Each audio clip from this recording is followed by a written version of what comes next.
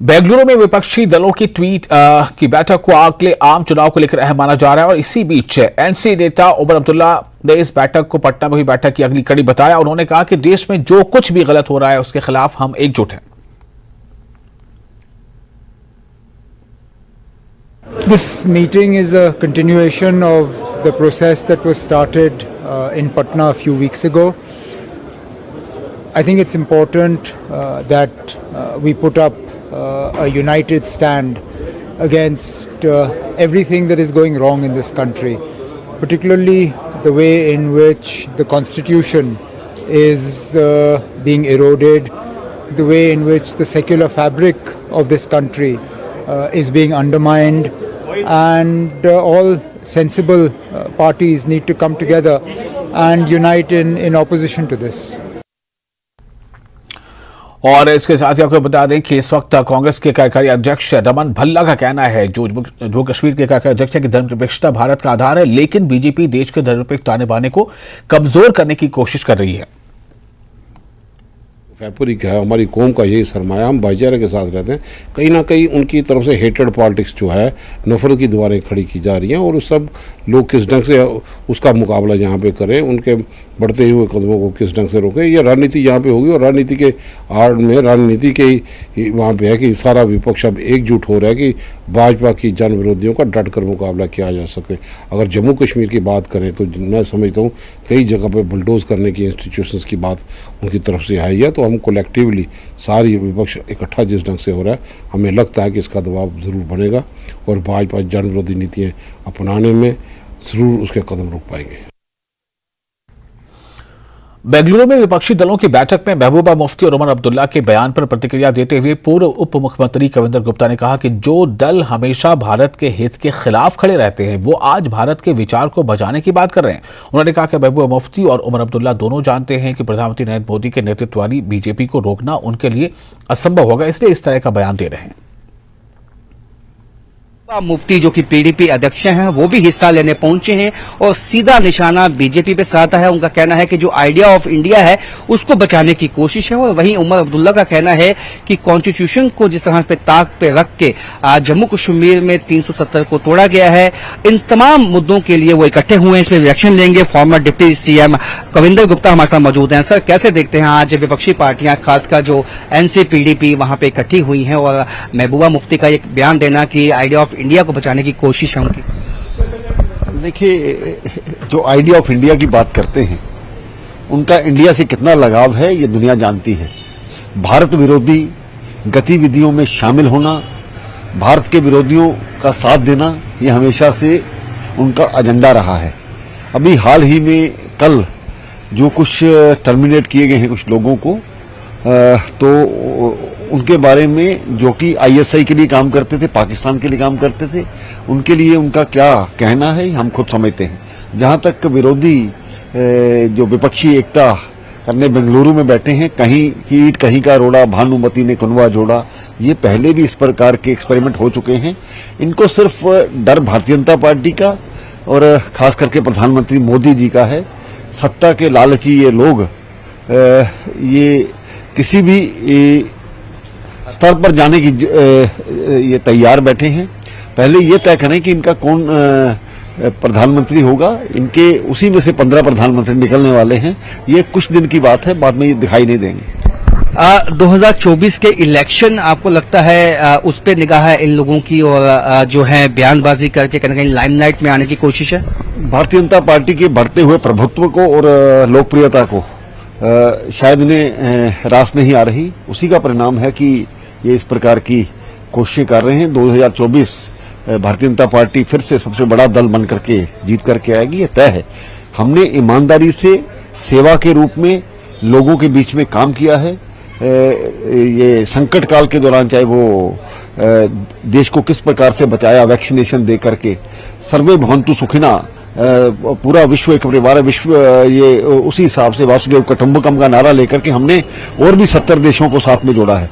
आज कूटनीति हो, आर्थिक नीति हो, विदेश नीति हो, उस सभी में भारत आगे है। तो ये लोग जनता हमारे साथ है। ये विपक्ष जो मर्जी कहे, वो 2024 तक हमें कुछ नहीं कर सकता। और पुंछ में सुरक्षा बलों को 24 घंटे में 2 बड़ी कामयाबियां मिली हैं। सुरक्षा बलों ने 2 अलग अलग मुठभेड़ों में 6 आतंकवादियों को मार गिराया है। आज शिंद्रा टॉप और मैदाना गांव में सुरक्षा बलों के संयुक्त अभियान में 4 आतंकवादी मारे गए। उनके कब्जे से 4 AK-47 राइफलें, 2 पिस्तौल समेत अन्य उपकरण बरामद किए गए हैं। माना जा रहा है कि ऑपरेशन में मारे गए आतंकवादी विदेशी हैं और उनकी पहचान की जा रही है।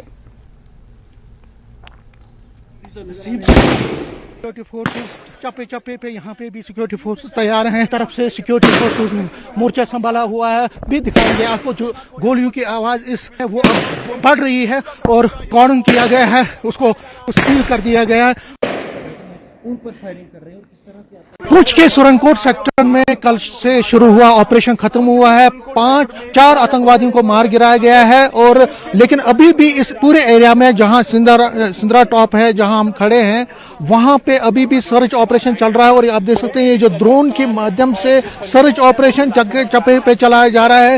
ये ड्रोन है या इसमें नाइट सर्वेलेंस का पूरा सिस्टम है और ड्रोन के जरिए ही इस जंगली इलाके में भारी धुंध है यहाँ पे पड़ी है, इसी का सहारा लिया जा रहा है। और जो कल ऑपरेशन हुआ था उसमें आर्मी का कहना है कि इन्हीं ड्रोन के जरिए जो 4 आतंकवादी हैं उनकी लोकेशन को ट्रेस किया गया था। उसकी मदद से ही, इसी ड्रोन की मदद से ही उनका ट्रेस आउट हुआ और उसके बाद उनके साथ मुठभेड़ हुई जिसमें 4 आतंकवादी मारे गए।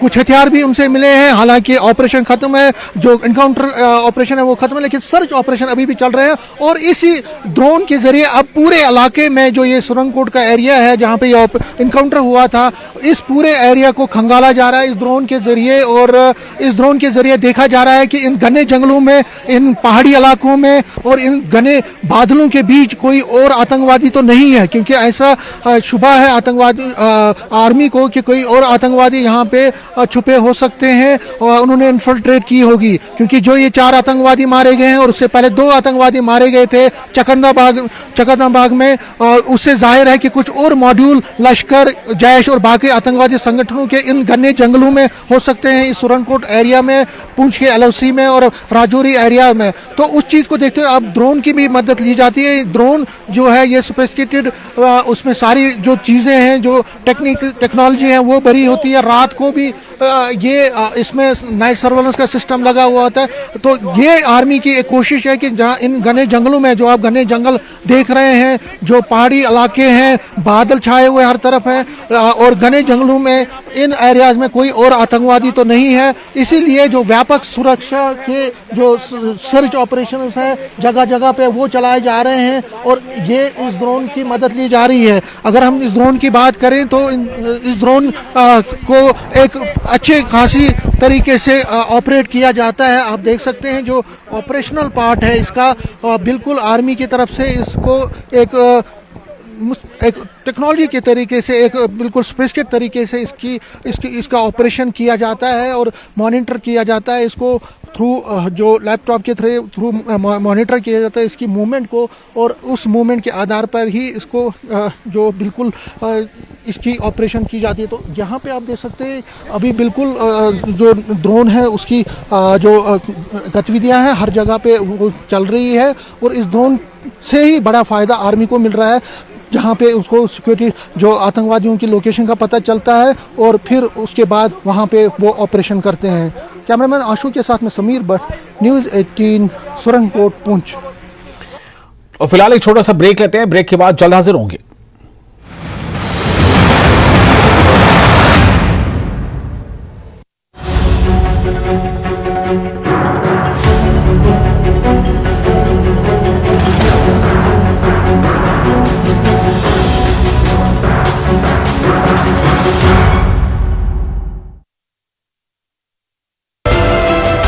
किया। इसका आयोजन national institute of Sowa Rigpa Ayush मंत्रालय द्वारा किया गया था।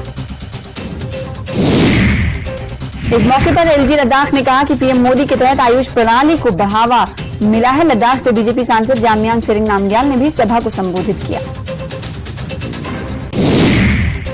सांबा के रामगढ़ सेक्टर में करगिल युद्ध के दौरान सिख रेजिमेंट के शहीद गुरदीप सिंह सोनी का 24वां शहीदी दिवस मनाया गया। शहीद जवान की आत्मा की शांति के लिए अखंड तो हर रोग दफा।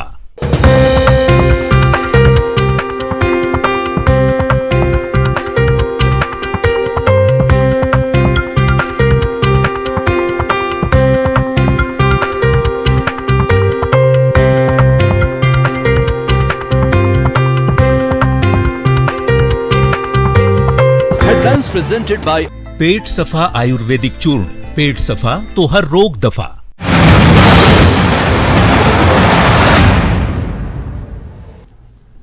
ब्रेक के बाद एक बार फिर आपका स्वागत है। जम्मू कश्मीर और लद्दाख से हाजियों की वापसी शुरू हो गई है। सांसद doctor Farooq Abdullah, divisional commissioner Kashmir और डीसी बडगाम और अन्य अधिकारियों ने श्रीनगर अंतर्राष्ट्रीय हवाई अड्डे पर हाजियों के पहले काफिले का स्वागत किया। वहां हाजियों के रिश्तेदार भी मौजूद थे। न्यूज 18 JKLA से बात करते हुए कई हाजियों ने हज करने पर अपनी खुशी जाहिर की। हाजियों की घर वापसी के लिए सऊदी अरब और श्रीनगर के बीच 38 उड़ानें होंगी। सभी आजमीन की वापसी जो अब हज कर चुके हैं उनकी वापसी प्रक्रिया 2 अगस्त तक पूरी हो जाएगी।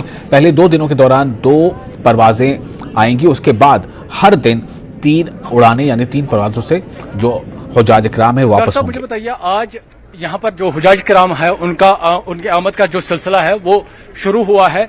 आप यहाँ पर आए, किस तरह की फीलिंग्स है, क्या कुछ मैसेज? देखिए, मुझे बहुत खुशी है कि अल्लाह का शुक्र है ये सफर महमूद से घर वापस तशरीफ ला रहे हैं और सफ़र इनका अच्छा रहा और खुशी से है कि अल्लाह करे इनकी दुआएं जो हैं जो इन्हें की हैं उससे हम लोगों को फ़ायदा मिलेगा, इस रियासत को, इस मुल्क को। बहुत खुशी है। हमने तमाम उम्मत मुसलमान के लिए दुआ की, यहाँ के लिए दुआ की, कश्मीर के लिए भी, सऊदी अरब के, क्योंकि उन्होंने अच्छी तरह इंतजाम किए। मन भर रहा है, दिल भर रहा है खुशी से। सबके लिए दुआ किया, सब मुसलमानों के लिए ये हज फरीज़ात अदा करे, हर मुसलमान, हर कोई। बहुत गवर्नमेंट शुक्रिया करान, ये गवर्नमेंट गोडनुत शुक्रिया कि यमो कर मुंतखब तो सोज हज बैतुल्लाहस पे दुक मौका गसनस। अम पतन बह सऊदी गवर्नमेंट करान बड़ जबरदस्त यह पजीराई कि तमो जनाब अली थो जबरदस्त एहतराम, जबरदस्त इंतजाम हाजन हंद खतर। हताई कि यह बूजमुत कि तथा तकलीफात बाकी चीज, तथा खेन चन, तथा बिस्तर, तथा यह आराम करने का इंतजाम, मगर चूंकि तत वुच प्रथ कुन जाए, चाहे इस मिना गए, चाहे इस मुजल्फा गए, चाहे इस अरफात गए, प्रथ कह चीज तत बड़ बेहतरीन पे तमो थोमुत रियाज सजावित। सफर रूट जहां मगर मदीना पाकस में गवर्नमेंट का इंतजाम, बाकी रूट ठीक पे, बाकी जहाज मज असल। बाकी क्युत रोद हज बनो तुम वन कजा खुशी है? खुशी रुकन इस्लाम गो मुकम्मल खुदा सद फजल शुक्र रबस कुन खुश आज समख्यो तुम कता खुशी? बहुत ज्यादा खुशी है। I am too happy, I can't explain, because daughters are nothing without parents. क्या कुछ खसूसी दुआ करो तय? सोरे असल को सोरे सारे को दाहरुत अद क्या क्या दुआ मांगो? दहन सारे को सेहत गछक आसन, अर्जु गछक आसन, बोड चीज दवा सेहत, बे गछ रिज को रोजगार साई सबब कर प्रथ कांस बी क्या ये दुआ छत मांगो। वारिया खुशी अल्लाह ताला गस कबूल थावन, वारिया बेहतर रूद सफर रूद, वारिया बेहतर। अमन अमान गस कायम गसन, बेरोजगारी गस खत्म गसन, अमे खतर को दुआ। सही सलामत गई सारी रोजन, जवान गई खत्म, बेगरी गई आम। बाकी मे वन तुम आज कर तुम हज मुकम्मल, योर गए तुम सफरस खतर और आयु तुम हज बनित, क्युत मसरता क्या वनकस बासान? अल्लाह ताला को लछपत शुक्र कि अल्लाह ताला कोर हिदायत, यह बड़ खुशी की हिदायत बनो। रोशनी घोटाला मामले में 6 आरोपियों के खिलाफ आरोप दाखिल किए गए हैं। इसमें जम्मू कश्मीर के पूर्व IAS अधिकारी भी शामिल हैं। ये करोड़ों की जमीन हस्तांतरण का मामला है। विशेष न्यायाधीश CBI श्रीनगर ने पूर्व IAS अधिकारियों पर आरोप लगाया है। रोशनी भूमि योजना में बशारत अहमद धार, महबूब इकबाल, एजाज इकबाल, मुश्ताक अहमद मलिक, अकरम खान और सज्जाद परवेज के खिलाफ मामला दर्ज किया गया है।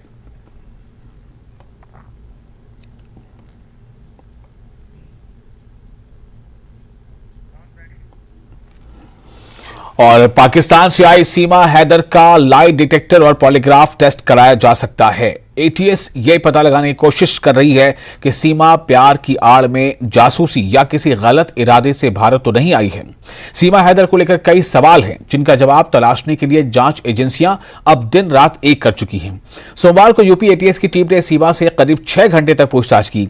सवाल जवाब के बाद सभी को छोड़ दिया गया, लेकिन एटीएस ने आज फिर सुबह सुबह सीमा को अपने साथ एटीएस ले गई और यही कयास लगाया जा रहा है कि फिर से जो है पूछताछ की जाएगी।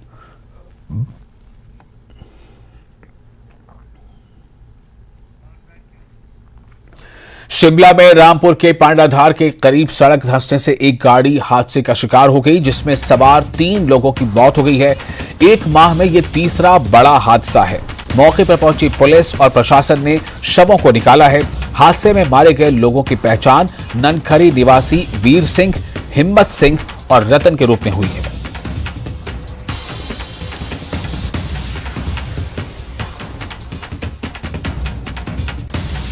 शिमला में सीएम सुक्खू सुबह ही सचिवालय पहुंच गए और उन्होंने एक एक करके सभी जिलों में हो रहे राहत बचाव कार्यों पर अपडेट लिया। इतना ही नहीं, सचिवालय के लिए सीएम सुक्खू सुबह 8:30 बजे पैदल ही ओक ओवर के लिए निकल गए। आप तस्वीरों में देखिए किस तरह से सीएम सुक्खू पैदल चले जा रहे हैं, और न सिर्फ ये कि वो पैदल जा रहे हैं बल्कि उनके साथ कोई बहुत ज्यादा लाव लश्कर भी नहीं है। और सीएम को इस तरह से सड़कों पर पैदल चलते देख काफी लोग जो रास्ते में मिले वो काफी हैरान भी हो गए। कई लोगों ने सीएम से बातचीत की और सीएम के साथ सेल्फी भी ली।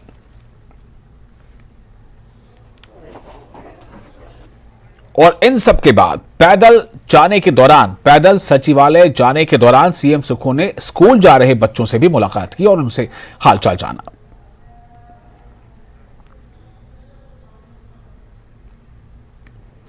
आपदा के समय लाहौल स्पीति में ऑपरेशन चंद्रताल सबसे कठिन रेस्क्यू ऑपरेशन रहा। इस रेस्क्यू ऑपरेशन में कैबिनेट मंत्री जगत सिंह नेगी, सीपीएस संजय अवस्थी और उनकी टीम की जमकर प्रशंसा हुई। लेकिन कैबिनेट मंत्री जगत सिंह ने 21 साल के जेसीबी ऑपरेटर सुखदेव को इस रेस्क्यू ऑपरेशन का हीरो करार दिया, जिसने अपनी जान और भूख प्यास की परवाह किए बगैर 18 घंटे तक रेस्क्यू ऑपरेशन चलाकर करीब 300 लोगों की जान बचाई। न्यूज 18 के साथ एक्सक्लूसिव बातचीत में नेगी ने रेस्क्यू ऑपरेशन की पूरी कहानी बताई।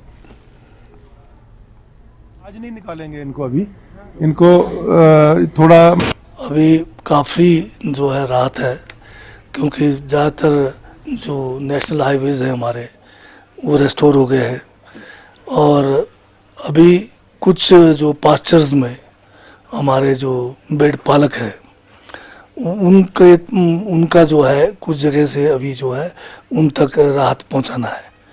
वो राहत भी जो है वो कोई राशन या उसकी मांग नहीं कर रहे हैं।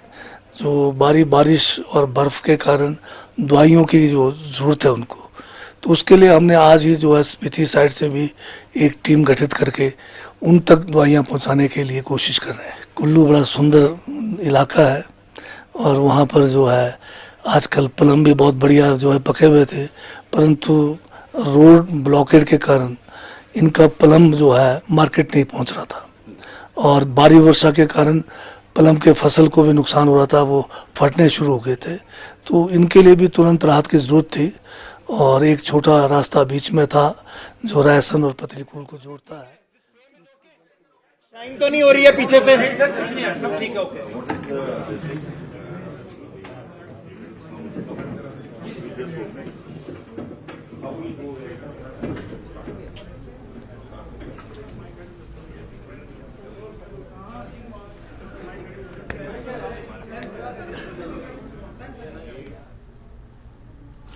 और हिमाचल में बारिश, बाढ़, आपदा प्रभावितों की मदद के लिए सुक्खू सरकार ने बड़ा ऐलान किया है। सीएम सुक्खू ने ट्वीट करके जानकारी दी है कि पक्के मकान और कच्चे मकान खोने वाले परिवार को अब 1 लाख रुपए की वित्तीय सहायता दी जाएगी। इससे पहले यह राशि पक्के मकान पर 12,500 और कच्चे मकान पर 10,000 रुपए थी। वहीं ढाबे और दुकानों में सामान के नुकसान के लिए वित्तीय सहायता यानी जो माली मदद है उसे 10,000 रुपए से बढ़ाकर 1 लाख रुपए कर दिया गया है। इसके अलावा खेतों को नुकसान, मवेशियों के नुकसान के लिए भी माली मदद यानी वित्तीय सहायता दिए जाने का ऐलान किया गया है। सीएम सुक्खू ने ट्वीट करके बताया कि विशेष मानदंडों के तहत 7 जुलाई से 15 जुलाई 2023 के बीच आई बाढ़, बादल फटने या लैंडस्लाइडिंग यानी भूस्खलन से प्रभावित परिवारों को वित्तीय सहायता प्रदान की जाएगी।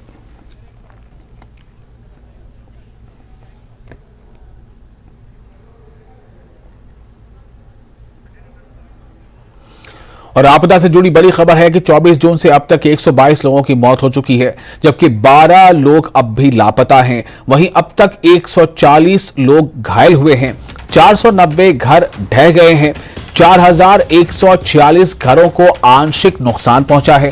प्रदेश भर में 133 दुकानें क्षतिग्रस्त हुई हैं। प्रदेश को नुकसान का आंकड़ा 4635.58 करोड़ को पार कर गया है।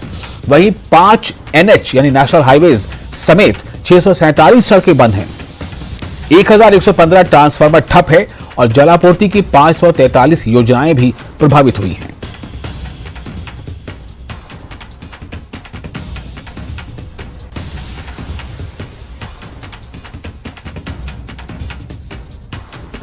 शिमला कालका रेल सेवा को 6 अगस्त तक के लिए स्थगित कर दिया गया है। ट्रैक के क्षतिग्रस्त हो जाने के चलते यह फैसला किया गया है। बता दें कि सोलन कालका के बीच कई स्थानों पर भूस्खलन हुआ है, साथ ही कई स्थानों पर पेड़ और पत्थर भी गिर गए हैं।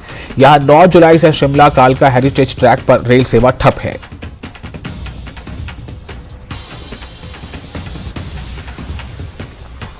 न्यूज 18 की टीम लगातार उन इलाकों की ओर बढ़ रही है जहां तबाही का मंजर डराने वाला है। ये तस्वीरें सैंज घाटी की हैं, जहां पिन पार्वती ने तबाही मचाई है, जिसका डर आज भी लोगों में मचा हुआ है। यहां नदी अपने साथ सब कुछ बहा कर ली गई। 10 जुलाई से यहां न बिजली है, न पानी है और न ही मोबाइल नेटवर्क। घाटी में ज्यादातर संपर्क मार्ग बंद हैं और किसानों के टमाटर और सब्जियां सब खेतों में सड़ रहे हैं। यहां कई किलोमीटर दूर से कंधे पर उठाकर मरीजों को लाना ले जाना पड़ रहा है। लोगों का आरोप है कि NHPC ने पिन पार्वती के किनारे जगह जगह की डंपिंग भी कर रखी है। यहाँ से लेकर ऊपर तक था बाजार, निचली साइड भी बीच में था रोड, ऊपरी साइड बिल्डिंगें थी। यहाँ से लेकर जहाँ सीमेंटेड बिल्डिंग नजर आ रही है, यहाँ तक बिल्डिंगें थी, वो सारी नदी में बह गई। बहुत ज्यादा पानी छोड़ा, मतलब 2-3 डैम थे पीछे NHPC के और काफी भारी मात्रा में पानी आया, जिसकी वजह से मतलब सभी बहुत ज़्यादा नुकसान हुआ। आज तक काफ़ी सालों से, हमारी भी उम्र काफ़ी हो चुकी है, मतलब आज तक कभी इतना बड़ा नुकसान नहीं हुआ, हमने देखा नहीं कभी। तो जो इस बार जो नुकसान हुआ, मतलब कि वो जो तो बता रहे हैं कि 3 डैम थे, सभी का पानी एक साथ में छोड़ा, जिसकी वजह से ज़्यादा नुकसान हुआ। कोई सायरन नहीं बजा इसमें, या अलर्ट नहीं किया गया, कोई अलर्ट नहीं किया गया, कुछ नहीं किया गया, सिग्नल नहीं था। एकदम से पानी छोड़ा और पानी ऐसे छोड़ा कि उन्होंने पूरे अपने चारों ये गेट खोल दिए और पानी इतना बड़ा कि आदमी को भगाने के लिए रास्ता नहीं मिला।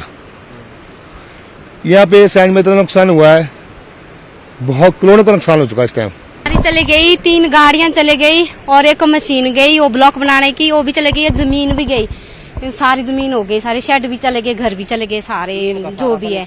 एक शेड में था पूरा वो टाइल से भरा हुआ, पूरा 5-6 लाख का सामान था, अभी लाया हुआ चंडीगढ़ से, वो भी चले गया सारा। और सारे शेड वगैरह, बकरियां चले गई, मुर्गे थे कोई किराएदार पूरे बर्बाद हो गए, सारे सब कुछ ले गया, कुछ भी नहीं बचाए। किराएदार के वो रखे थे, उनका भी नहीं कुछ बचाए। कुल्लू मनाली के काइस में बादल फटने से हुई तबाही का पूर्व मंत्री गोविंद सिंह ठाकुर ने जायजा लिया और प्रभावित परिवारों से मुलाकात की। उन्होंने कहा कि प्राकृतिक आपदा के समय सरकार और प्रशासन को संयम के साथ काम करना चाहिए। जिस तरह से विधायक और CPS लोगों को राहत राशि के तौर पर कैश बांट रहे हैं, ये तरीका गलत है। प्रशासन इस राशि को बांटने के अगर विधायकों का इंतजार करती है तो समय से पहले ये राशि प्रभावित परिवारों तक नहीं पहुंचेगी। इसके लिए सरकार को राहत राशि को डिजिटल माध्यम से देना चाहिए।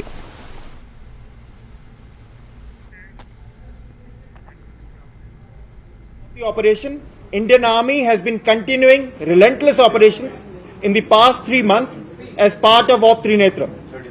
As part of the same, इतना है स्पीड, ठीक है, चल जाएगा, ठीक।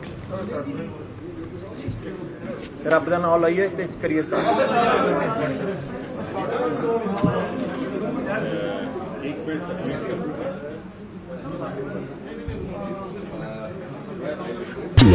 India's